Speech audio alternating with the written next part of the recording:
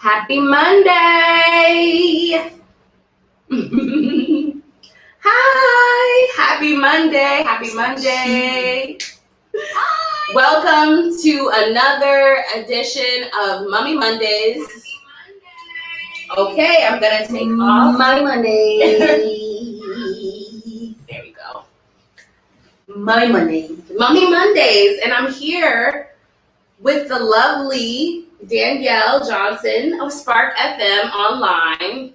My name is Lindsey Briggs. I am your host for the Social U Digital Mommy Mondays, where we have all different mommy creative, boss lady guests come on to the show to talk about what they do and also like the balance and juggle of mommyhood and work. Absolutely. Yeah. So talk to you guys. Yes. Say some things. So I think everybody knows who Danielle is. Don't be knowing me, because if they know me, they would say hi, but nobody ever says hi to me, so I don't think they know who I am. Hi, guys. Well, if you don't know, like I said, she is the founder and owner of SparkFM Online, one of the first Black women-owned. Yes, absolutely. And that's very important. Black women-owned media, radio, broadcasting, podcasting, those great things that we love to do here. Also, awesome. So can you talk to us a little, for the people who don't know who you are? Yeah. Talk a little bit. So, like she said, I am the CEO and founder of SparkFM Online, also the creator of Henny and Hot Wings podcast. Yes.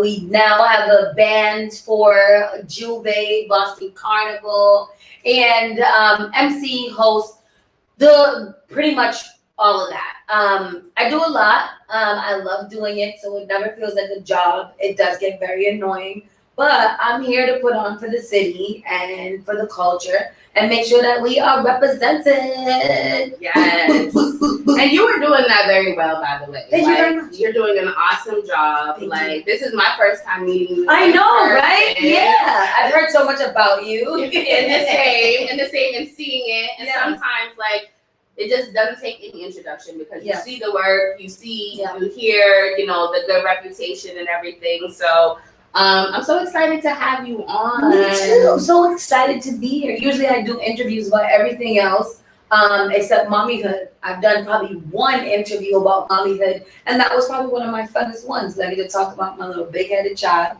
Yes. And as you can see, he's always on to some stuff. Yeah. Some stuff. He's amazing. He's smiling. So he was smiling in the video, in the promo. Because he was eating gummy bears and he shouldn't have been eating, because I just told him he couldn't have no gummy bears. I know, you were like, where'd you get the gummy bears from? I just not asked you to put them down. They're chewing. Boy, bye. How old is he, Kay? So he is 9 years old. 9 years old. He is a leap year baby. So he's born on February 29th. The only day of the year that does not come every single year. So he has 2 more years until his next actual birthday. So I've been 9-year-old/2-year-old. That's probably why he act like that. That is like an awesome story. It is, isn't it? That's an awesome background. He was supposed to come on March 10th. Okay. No, on March 9th. He came 10 days early. I remember going to the hospital and was like, yo, I don't want to have no leap day, baby. You want to have a birthday every year. And they were like, do you know how many people schedule C-sections and stuff for leap day? And I was like, that's dumb. But he came right in the middle of the afternoon, like at 2:37 p.m. He was like, yo, I'm out here. I'm here. Fine.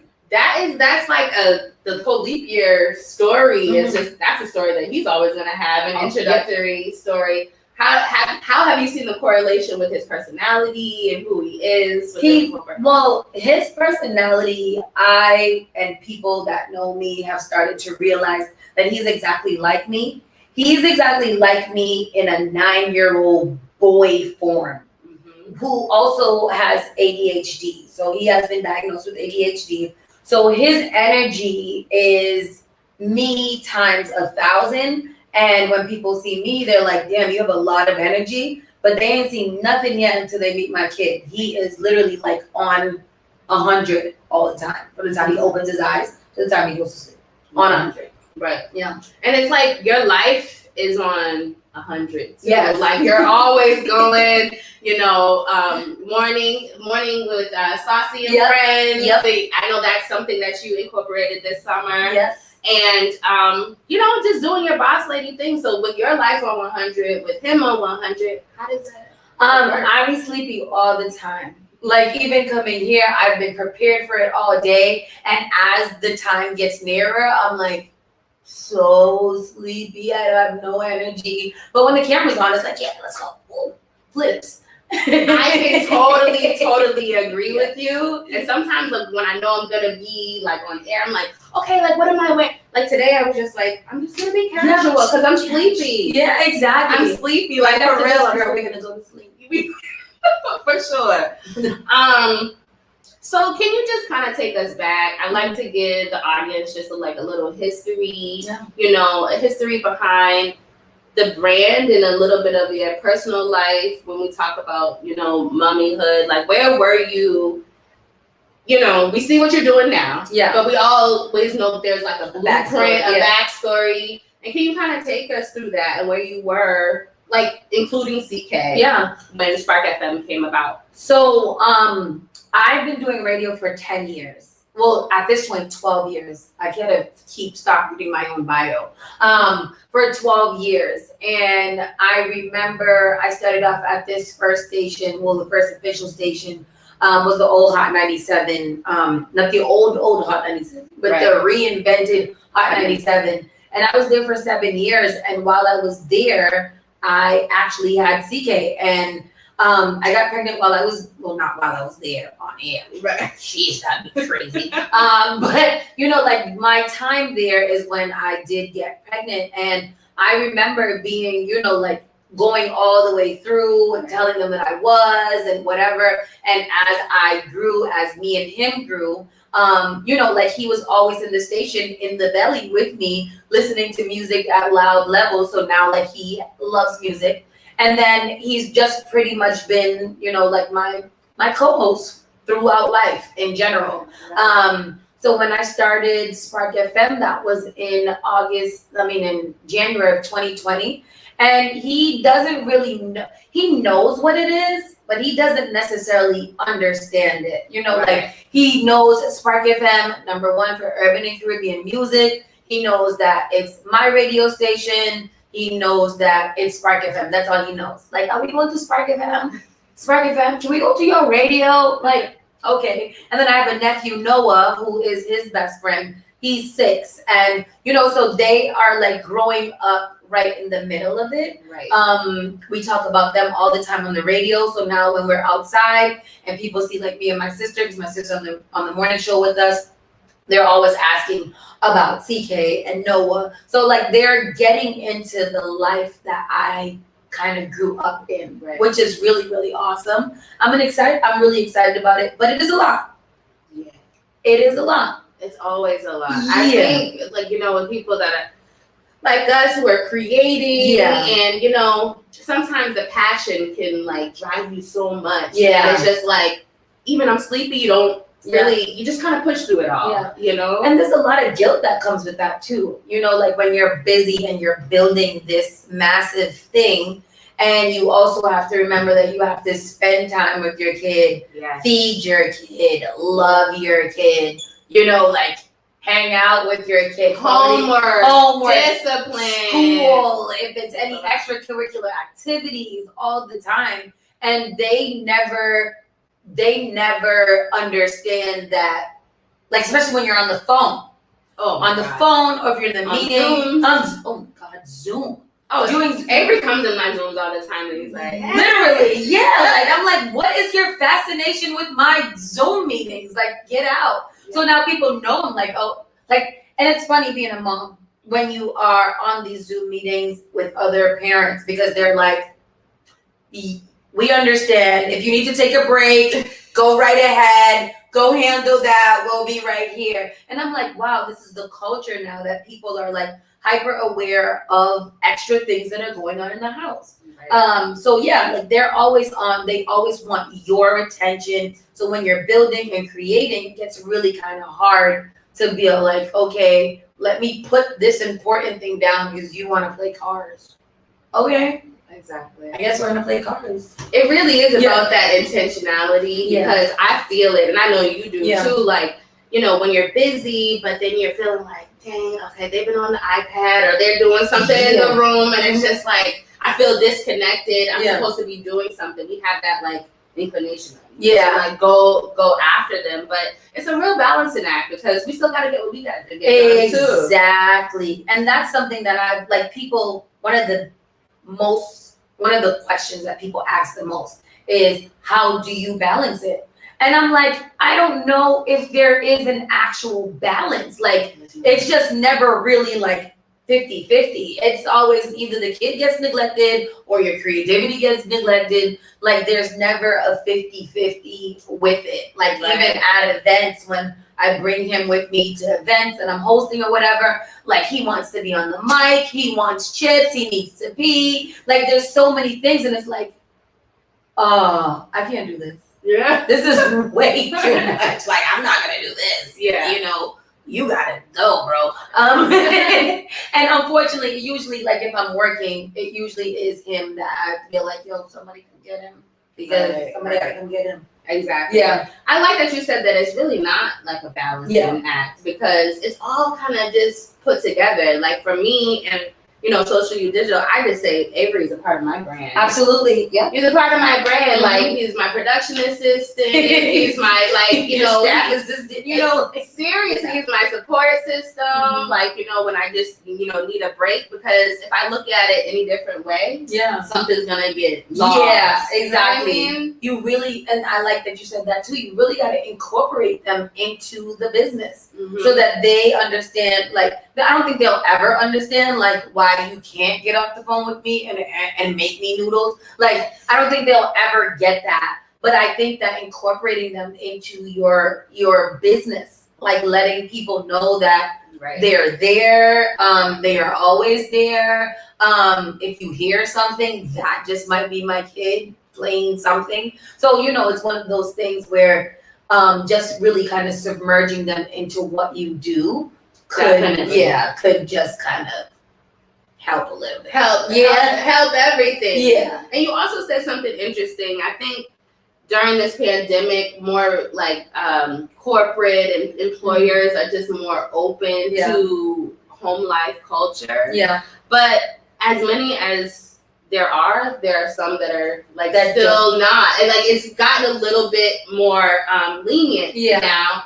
But like, how was it for you? Like when you said like, you know, you were pregnant with CK during like the hot 977 days, was the culture like really, the work culture there very accepting to that? Was it hard? Like, so the funny thing is that when I was working there, I was actually like on unemployment because I had gotten fired from my job maybe like a couple of months prior to even going to the radio station. So while I was pregnant with him and up until he was about 1 year old, I was literally like just working wherever. You know, like wherever. I remember working at an after school program and like growing in that after school program, like my belly's growing every day and things like that. So like it was always really accepted because at an after school program, there's a whole bunch of kids, a whole bunch of married mothers. They understand that.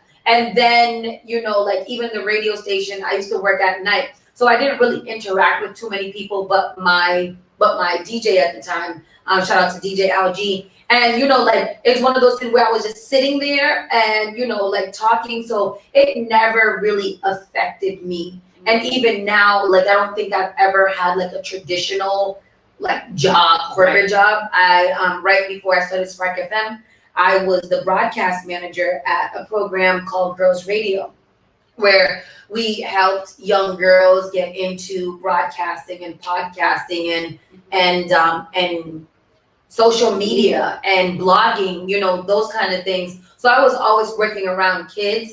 And by then he was like maybe 3.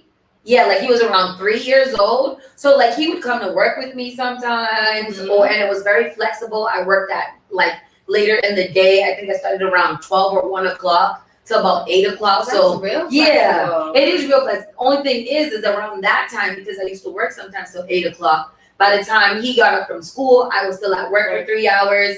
By the time I got home, it was pretty much bedtime. So we were always together, but we were spending less quality time with each other and really kind of getting in on the to school, after school vibe. So like, all that's to say, like, I never really had any conflict with being a mom and the jobs that I did, because I feel like I've always kind of stayed away from traditional corporate America that you usually see a little bit of, little stuff in.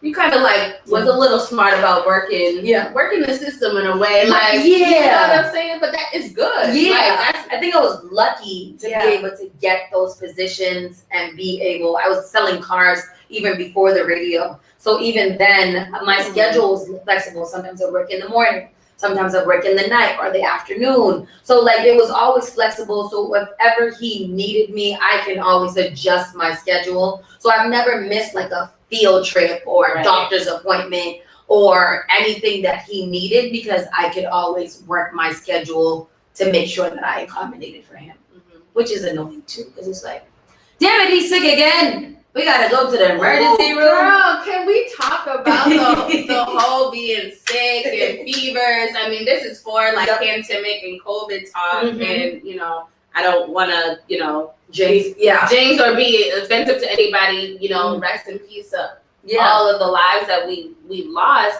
But there's just something about being a young mother, with a mother with young kids, children, and they get sick all the time. Because they are dirty. They are dirty. Germaholic. They collect the germs. They eat the germs. They are touching things. And they're rolling around in the germs. In their new clothes that you just now put on them, and they want to do the most. And boys are just different. They are different from young, clearly till old. But you know, like, they're always saying, I remember we were just talking the other day, I spent like 2 Super Bowls in the ER.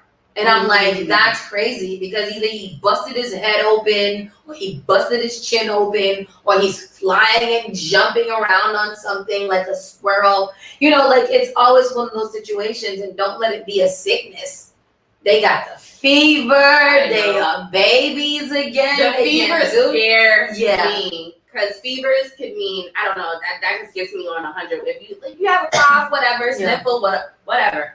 The fevers scare me. So the fevers scared me even more, because CK has something called febrile seizures. Okay. So that is when if he gets a fever. Well, this one, he hasn't had one, knock on wood, all the good stuff. Sage it out. Clean energy.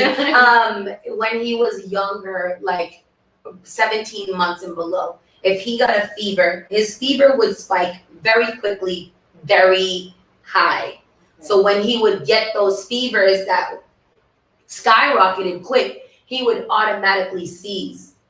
So I was like, I remember the first time it happened, I was at work, and his babysitter, who happened to be one of his aunts, was like, CK just got a seizure. And I was like, a seizure?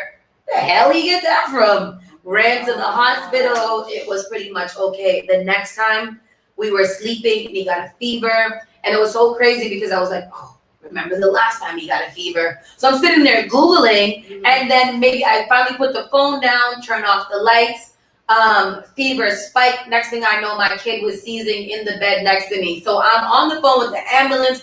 I was living with my mom. I'm screaming for her, but the door is closed. I can't leave him. Everything is happening. He seized like physically for like 6 minutes, but he didn't come out for like 42 minutes.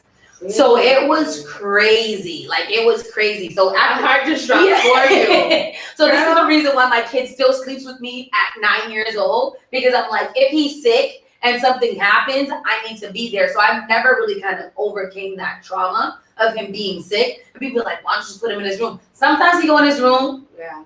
He'd be fine. He got a whole room set up, and there's a lot of times when I make him go in there. But if he's sick or anything is up, then up in this bed, because I need to make sure. So I've never got Never gotten over that.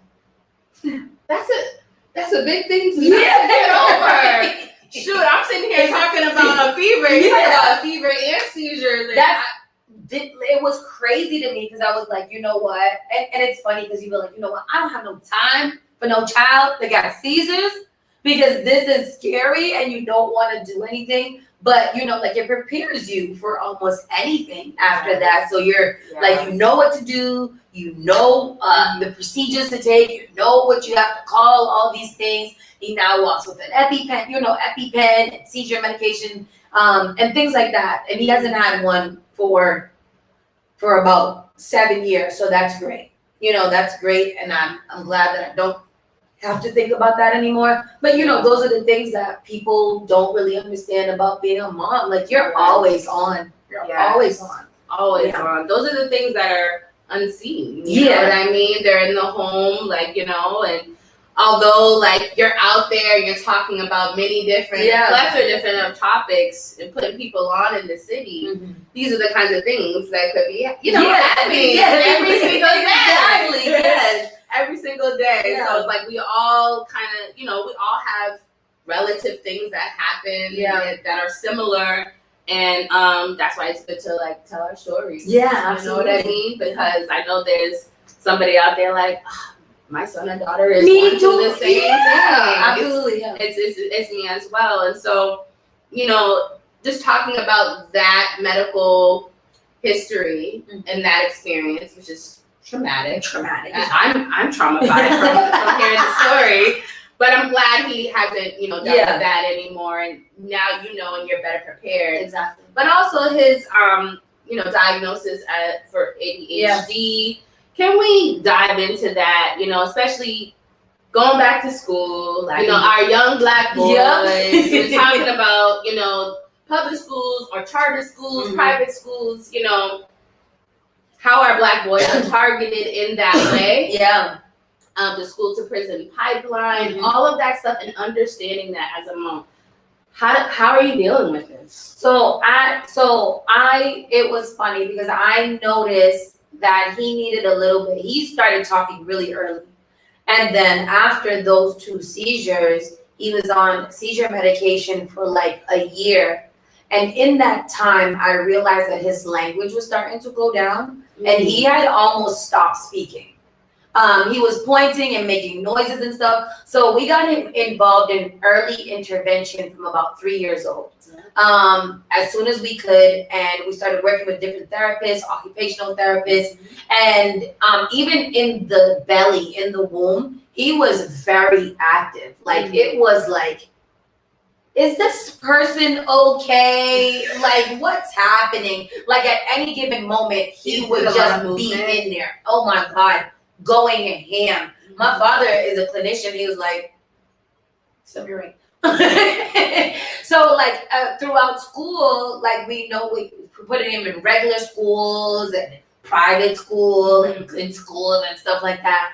And he wasn't really focusing. He could do the work, but it took him either a super long time to do it or he just wasn't interested. And it wasn't those situations where the work was boring to him in one of those things. Like if we don't pay attention to what the kids are like, to your kid and how they react to things and how they focus in on things and how they react, like all the things, it could set us up. So when I talked to his doctor about it. We saw a psychologist. Like I was going through the gamut because I was like, I need to know.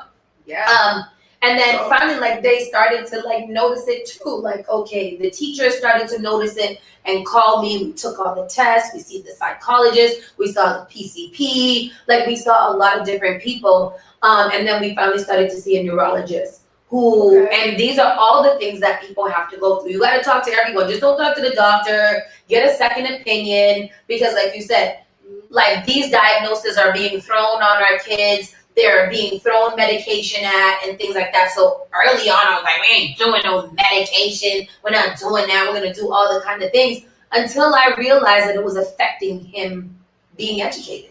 Like he wasn't sitting in school. He wasn't learning. And when he was taking these tests, it was like, so it's not that he can't take the test. he just talks so much and he gets so distracted by everything that we can't get through the whole test to find out if he's going to do it. So like those are the things that we had to think about, and then finally medication was reintroduced. And we tried like 2 different ones. I was like, I don't like the way he looks. I don't like the way he's acting. He's angry. I don't want to take him off. So now we're on Concerta now. That seems to work. He's able to focus in school, and we notice the difference from when he is on it and when he is off it, because when he is off of it, holy smokes, I feel like, yo. What are the differences? He's just like on it. You could just see him. He's always been one of those people, he's always been fast. He likes to run. But oftentimes we would just see him going back and forth in the house, just like this. This is what we would do all the time. Just look. He's just running. So now when he's not on it, that's his energy. He's super talkative. He's jumping. He's throwing things across the house. It's really just kind of crazy to watch. And then when he's on it, he's still got that energy, but he's able to kind of bring it home. We're able to redirect him a little bit, really get him in. And I remember when we spoke to the public school counselor, a Black man, and he was like, let me tell you something. Because my child's father was like, oh, hell no, not my kid.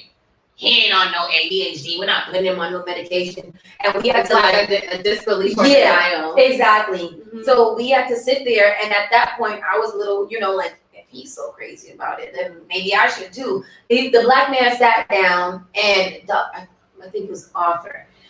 He sat down. He was like, let me tell you something. He was like, these white people, they understand how this works.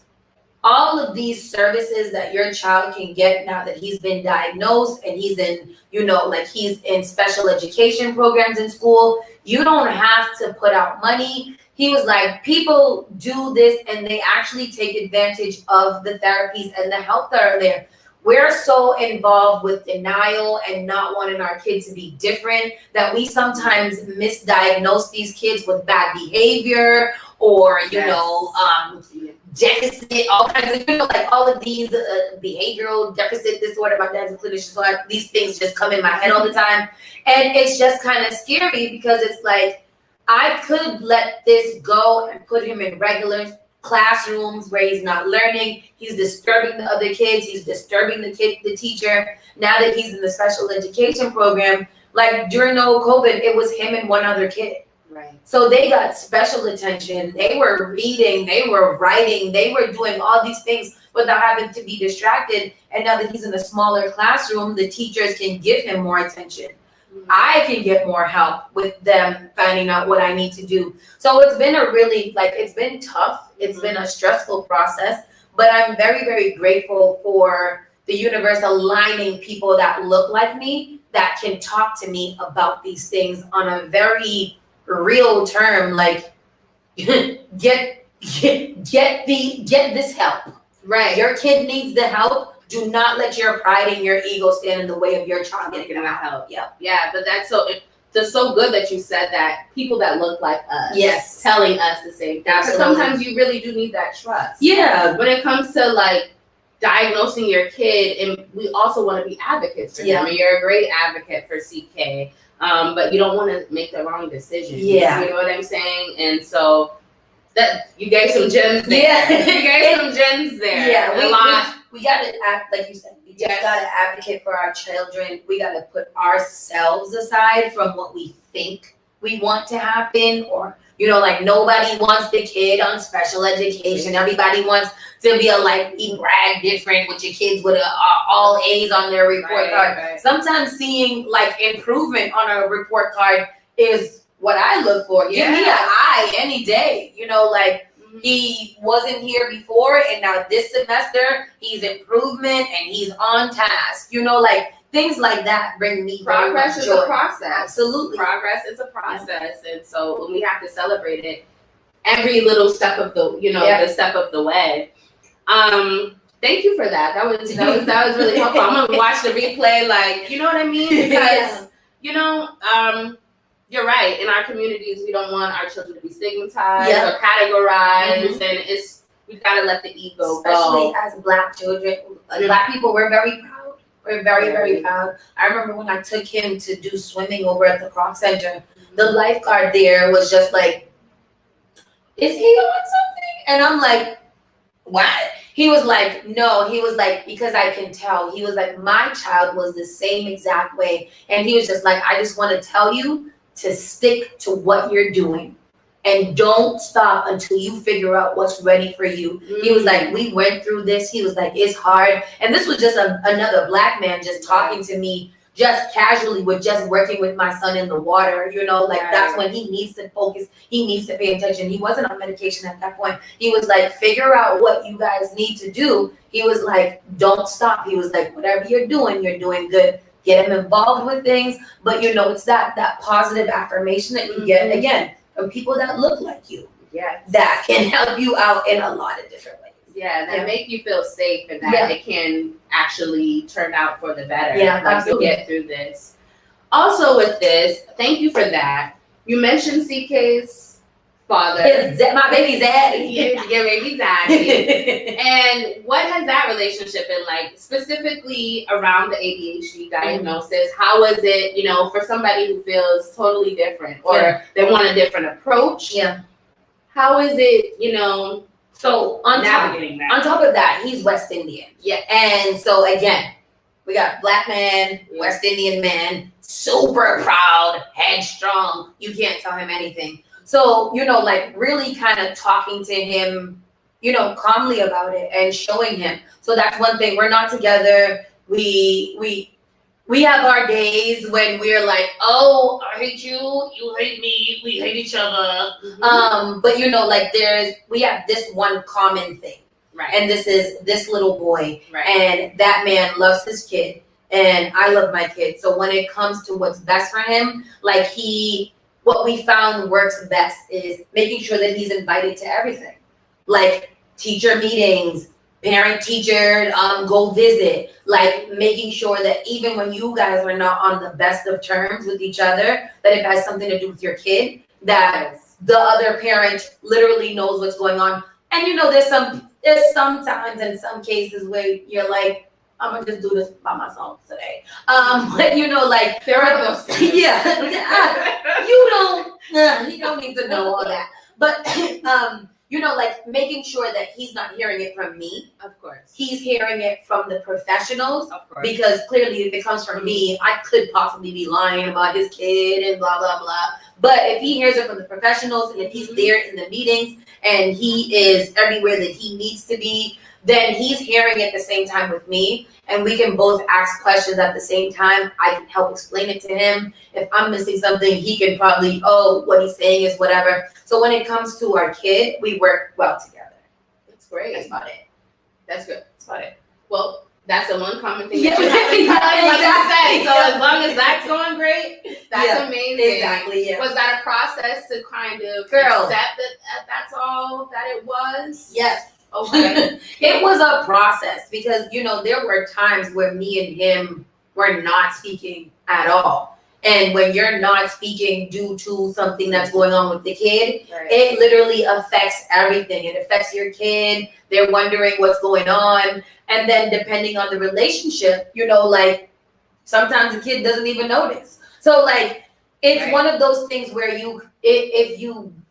grew up in a 2-parent household. So it's hard. I was just even thinking about this today. It's hard raising my kid in a 1-parent household. You know, like he doesn't get the privileges that I got having a 2-parent household. And again, when we're talking about guilty, I felt guilty about that too for a little while. Like, damn, I really screwed this one up. Yeah. And then when we're on the fritz and we're, you know, in our thing and in our negative energy zones and we don't speak to each other, or we have these bad things to say to each other, it's one of those things like, all right, so we'll just not speak for a little bit and we will revisit this later. We'll reconvene. Yeah, because clearly, weeks. Yeah. Clearly we gonna fight. So, you know, like clearly somebody's gonna get, you know. So it's one of those things where, okay, I'm gonna stay away. we're gonna stay away, and then like you call him, he'll be outside, packed and ready to go. Take your kid. I'll talk to you later. So it's been a long time. CK is 9, and maybe for the last 3 to 4 years, we've been stress-free. Like we've been good. Like we're in a very good place where we can have little conversation and like things like that. And that's better than I know a lot of other people do. So I'm like, okay, I'm gonna sit on. We good. Yeah, we good. I know everything, takes time, and with every guest, I kind of ask about, whether the parents are together or not, the dad, because you can't do it by yourself. Yeah. The dad is a big part of their lives, and so we didn't get the babies by ourselves. Yeah, so exactly. It takes, two to tango to have this responsibility, but sometimes it just takes some time, know. And it's hard. Like, it's hard being a single mother, even when the father is around. Exactly. Like, let's just, even if you're married or the father's there, like, it's one of those things where it's like, I know more things could be better. And I know this could be a lot easier if we were to, literally work together. But I do understand personalities, people, I don't know why people think that when you have a kid, that things get better or that they will fix themselves. It's almost like this kid is now the only thing that is keeping you guys from even, having I tell people all the time, if it wasn't for my kid, I'm not sure if me and my kid would even speak to each other. Like, we saw each other. Right. So it's one of those things where you kind of have to learn to build a family, an untraditional family, in a way where, him and I know that when we're in public, even if we're having whatever, that, we don't bring any of our inside drama outside. Because it makes me look stupid. It makes you look stupid. So we can go at it all the time in private. Right. In public, we good. We good. And I'm glad that we've gotten to the space now that it's like we can be good in private and public. Yes. So that is not only good for me and my mental and everything that I'm going through. He's also very supportive of, everything that I have going on. That's amazing. So, and because of that, I can leverage the boy. Take him for a weekend. I need some time. So those are the things. Yeah. That's good. It's a long time. It takes time. It definitely takes time. My son is 7, who's going to be 7 next month, and you have your good days, you have your bad days, and I feel like parents are growing as the child grows. Yes. You know what I'm saying? As different situations present themselves, it requires another layer of us. A layer of maturity almost. A layer of maturity, but it's just like, I've never did this, and we've got to really dig deep. Yeah. And sometimes always be the bigger person. Yes. You know what I mean? And that's hard too, always being the bigger person, because sometimes I don't want to be the bigger person. I want to be mad little. I want to be the tiniest person. Yeah. Exactly. I want to crawl. I want to be super immature right now is what I want to do. But fine. Yes. I'll be the bigger person again. Right. But that's so good. Even a CK's father really support you, what you do. Yeah. Because at the end of the day, what you do is going to support your son. So it really is an all-inclusive kind of support. Because not everybody has that. Yeah. I be on Facebook all the time oh, your baby daddy ain't. Wow. I know. Yeah. Everybody has their moments. Yeah, exactly. Yeah. So thank you for that. And to kind of go into, I always go into a mental health aspects, being busy, dealing with a whole bunch of people, having people on. How do you take care of your mental health in it all? I could possibly do better. I used to go to therapy, and then when I become a full-time entrepreneur, you lose. your health insurance. Mm-hmm. So things had to go a different way. So I've not been in therapy for maybe about 4-5 months almost now, and I miss it. So, and then I used to work out, stop doing that because time takes things from you. Yes. Like as you start to build things, it takes a lot of your time, and it also doesn't leave you a lot of wiggle room to do things. So what I do now for mental health is a couple of things. I watch a lot of TV when I do have the time. Smoke weed. And I love wine. I still love wine. And like really kind of just opting to be lazy and to let things fall however they fall. There's been times where, like, we were just talking about emails and stuff, Mm-hmm. where I've had like 2 weeks of emails, and I'm pretty sure I lost a lot of money with people waiting for me to get back for them, or a lot of resources or whatever. But sometimes you really kind of just have to feel like, you know what, I'm not doing this. I'm just not doing anything. I'm not going to check the email. I'm going to be on Facebook. I'm going to be I'm going to go out, party, and do all those things. So like for me, I call self-care Saturdays. Mm-hmm.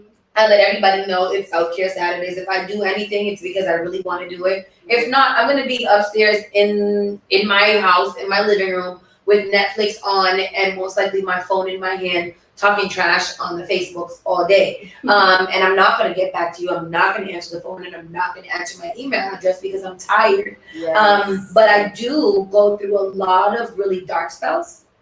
A lot of really dark spells where I can't do anything. Like I physically can't do anything. I'm physically sick. Right before any big event, like my friends will tell you, I get sick with something. It could be strep. It could be my hip goes out. Like it's so many things. My body manifests. Like your body knowing something's coming up, and it's like this is stress overload. Let me shut down one of your systems. And I'm like, come on, this is not the time to shut down. But it's always one of those things where like I stress myself out so much and so badly that I get physically ailed by it. So I had to start taking those self-care days, at night after CK goes to bed. I go on my back porch. I have a good time, and then I watch TV until I knock out, because that's what I need to do to wind down from the highs of the day. I really kind of got to get low. And then other times I just have to kind of wait it out and process it and let it happen. Let me be sad. Let me cry. I remember like last week at some time, I cried the whole entire day. From the time I left the morning show until like the nighttime, I was literally like crying off and on, like New England weather. Like the New England rainy weather. Like it's literally been one of like those days where I'm just like, I don't know what's wrong with me.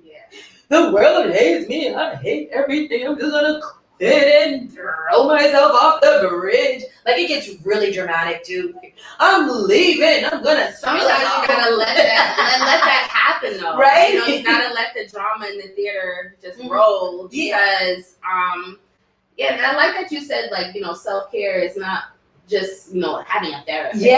Too. It's actually creating boundaries for ourselves and like for our lives. So if you see me on Facebook, if you see me on Instagram, you see that green light and I haven't gotten back to you, just just leave me alone. Leave me alone. I'll get back to you. What I'm saying? I know you're there. I see you. I didn't forget you. I know you're there. And that just plays out all the time in life. Like some people, like I try to get back to people as much as possible. But you ever had one of those times, and I think this happened with you a couple of times, like you text me and you're like, did she get this goddamn text message or not? And I'm like, but I was good. I was just reminding you, because I need those reminders too. Like, if you have an iPhone, I'm just like, exclamation point, question mark, that's all. My new thing is telling people, if you don't hear from me, just send me a nudge. And they're like, a nudge? You can write me an email and say, this is a nudge. And I'll be like, oh yes, because like sometimes I'll read an email. I will be like, to get to this email, to answer this email, I've got to check on something else. You check on something else. You fall down the rabbit hole of friggin' Instagram. Next thing you know, it's 5 hours later. You still haven't answered the email, and I'm like, okay, this is not my job. I can't do this. Can't do it. I'm just not gonna do it anymore. We can only do what we can do. Absolutely. We can only do what we can do. And so I told, once Avery sleep, I'm doing what I'm doing. Doing what I'm my doing.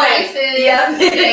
And I'm just relaxed. So that's real big on self-care. Those boundaries of just like, I can't be bothered right now. Yeah. I can't do anything right now. Like, we consume so much during the day, talking to so many people. It takes a lot to just decompress from the day. It does. And sometimes you should like take whatever time it is that you need to decompress and decompress. Yeah, right. Exactly. Exactly. So what is, some of your future plans for you in CK? Like, where you see him with the brand, with SparkFM, where you just see him? I'm excited about him one day going to college. Well, anywhere that will leave me alone. I said that to Molly. Would you leave me alone? Go away.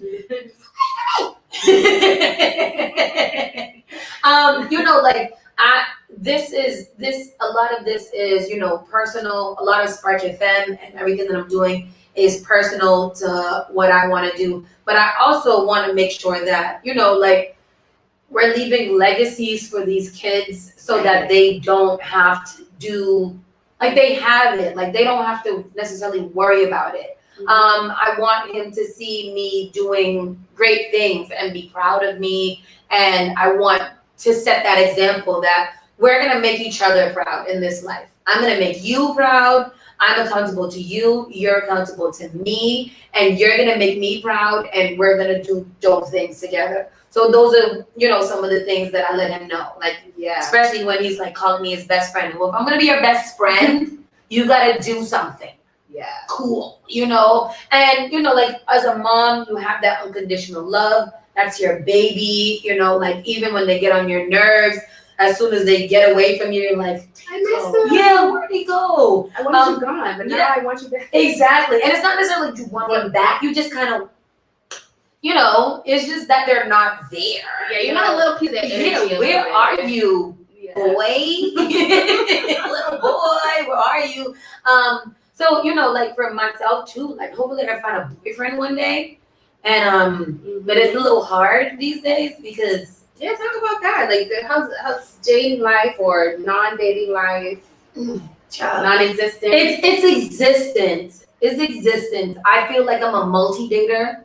I like to go out. I'm a good time. I like to have fun, and I don't like to pay for my own meals. So, I be going out. If you ask me out, I most likely will say yes if I'm not repulsed. Or if I don't feel like curbing you, I will go out with you because, again, I'm a good time. You want to eat. It's key to my heart is food. But it's hard. It's hard to get into something steady and something consistent because I just don't feel like they make them like they used to. And I don't know. I don't know what's going on here. Something in the milk ain't clean because everybody is not right. Right. And, having a child or children before, you find that, one that, you're going to spend the rest of your life with is just kind of like, how do you approach or kind of think about that with the CK in mind? Because, like, we come as packages, like we date as women, of course, and like, no one's going to meet my son until I feel like they should. You know what I mean? Obviously, but I'm saying once it gets into that, stage, how do you like approach that? So I'm not lucky, but I tend to have a lot of friends. Yes. So I wouldn't even say a lot of friends. A lot of people that like to come around and hang out. So he's always introduced to people as mommy's friends, and that's a man or a woman, just making sure that he knows that socially there will be people around. So romantically, nobody like if I have guests, it's after he goes to sleep.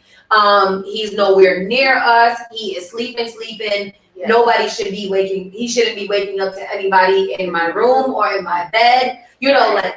like even at night when it's nighttime, you know, I have a couple of friends that pop in here and there and he knows them by name. So, you know, hi bro, you know, whatever. But like mostly it's, you know, like if I'm romantically involved with someone or getting to know someone, again, like you said, they're not necessarily going to meet him until we have established that you're going to be here for a little while. Right. Because I don't want to keep on bringing people like in that way into his life where he might get excited about having a male figure. Yeah, get attached.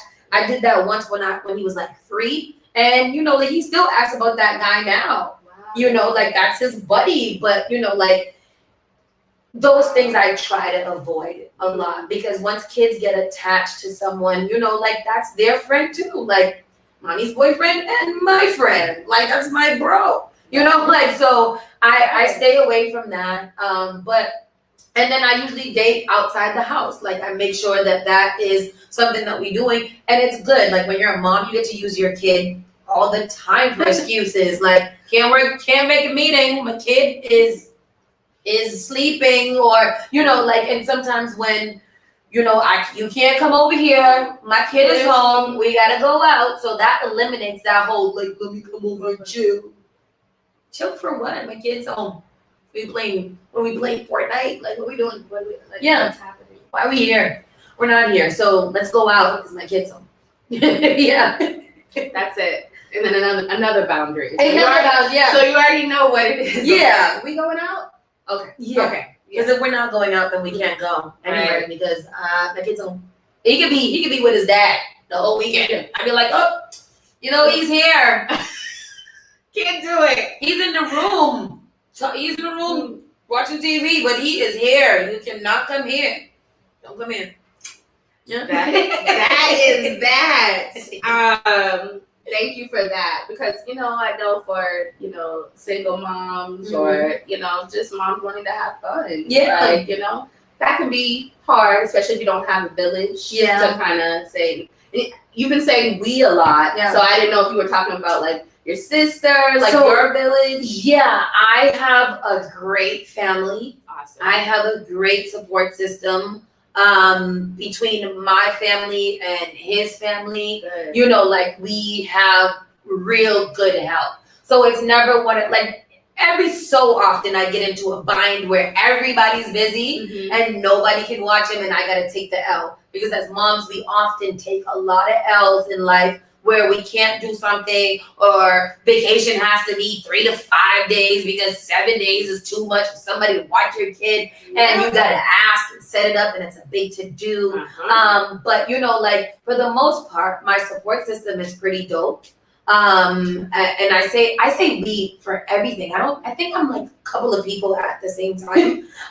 So you know, like when it's a lot of us. I got a big family. He has a big family. So we are always kind of, you know, taken care of. Like everything is always, and that's not to say that we don't struggle and we don't go through foolishness. And sometimes again, really dark where I feel like everything is out of control and nothing is working. Those times happen almost more often than the good times. But you know, like really trying to rely and lean on your support system. I'm one of those people that feel like I can do everything by myself. If you want to get it done, do it yourself. And that's really unrealistic and hella unhealthy. You've got to ask for help. You've got to rely on your system. And you really got to help. You got to ask for help. Yes. You got to ask for help. Let the pride and ego go and ask for help. I was one of those people like if they know I need help, so if they know I need help, they need to help me. They need to come to me. They need to come to me until I was like, no. Oh, you want me to ask you?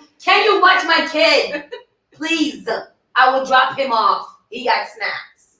Yeah, so you gotta keep him with the snacks. Yeah, I gotta keep him in the juice box. Yeah, the juice box. I be drinking those juice. Me too, and the fruit snacks. Yeah, fruit snacks are lit. Oh, the lovely fruit snacks. Yeah, those are like my little candy. But absolutely, this has been amazing, an amazing organic conversation.